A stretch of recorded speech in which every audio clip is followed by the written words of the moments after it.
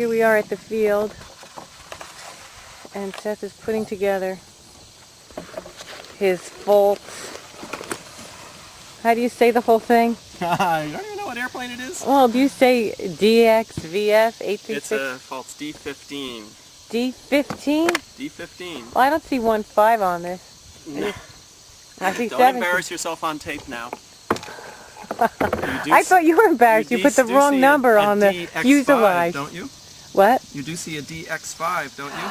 Oh, those are Roman numerals. Oh, imagine that. You mean 10.5. Okay, catch this detail. These are little messengers I send through to pull the coupling cables through the wing.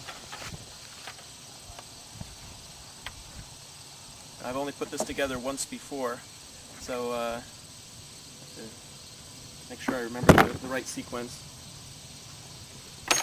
There are two, one for the top wing, one for the bottom wing. We'll get to those in a minute. In the meantime, we can slide the port panels on. Actually, let me get the port end strut in place. Should we go to a commercial? Yeah, you can go to a commercial anytime. Just in case, just to make sure the little clips that hold the struts are fully open. We've got a little probe that I stick down there. Okay, put those in, and just, you don't have to make them too tight, just until they're snug.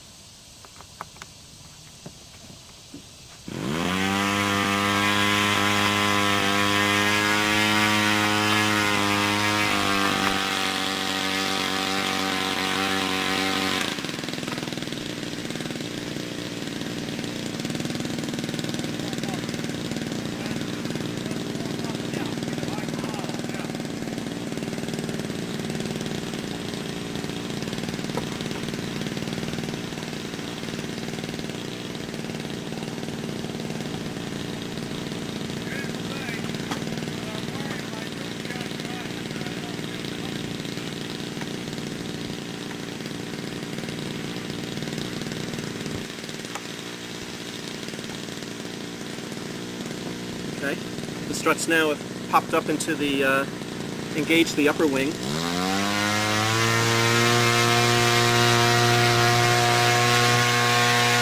to commercial. Start over. The end, are you filming? Now. The end strut is in place. I'm going to draw this cable through the center section. Pausing to hook it on to our eyelet, and plugging in. Whoop. That wasn't so good. Try and avoid doing that.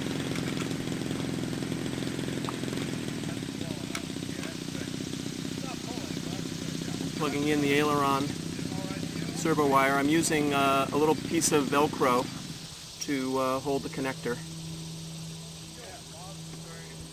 So I plug that in. It takes less room than those yellow keepers that I think Dubrow sells. I like those, but there's not really enough room here for them. Okay, so that will go. We'll pause for a minute, put the lower. So we have the end struts installed on both sides. The last step is you can engage the eye of the cable on the hook before pulling these holding pins, which is convenient because there's tension on the cable, but you don't have to fight it while you put these little eyelets on. And you can just pull the pins and let the cables pull the. I'll demonstrate. Pull the wings together.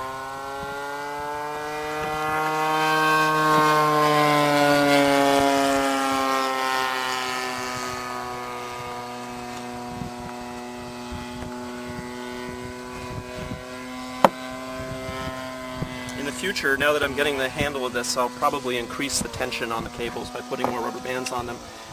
I think it's fine to fly it this way. The airplane wasn't meant for extreme aerobatics, but it is something just to be a little cautious about, making sure there's enough tension on them. So that was probably about 10 minutes, not bad for a field setup of an airplane of this complexity, and it helps to have some little tools. Okay. At the refueling. So the filler is concealed behind the radiator. The way I open that is reaching in behind the exhaust manifold, pushing the button that releases 2 snaps, so I can lift and remove or leave just a little bit stuck in a raised position. Is that your idea, or was that? Yeah, the radiator. This is a fuel dot for filling.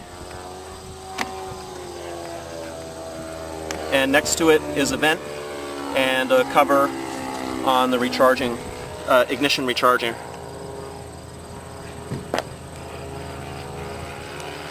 The filler goes to the bottom of the tank just like the pickup does, so that I can detank through the same connection. How do you know when it's full? Because some gasoline will come out the overflow vent here. And usually I count the turns, but since this is a new airplane and I've been talking to you, I haven't counted the turns, so we'll just see how it fills.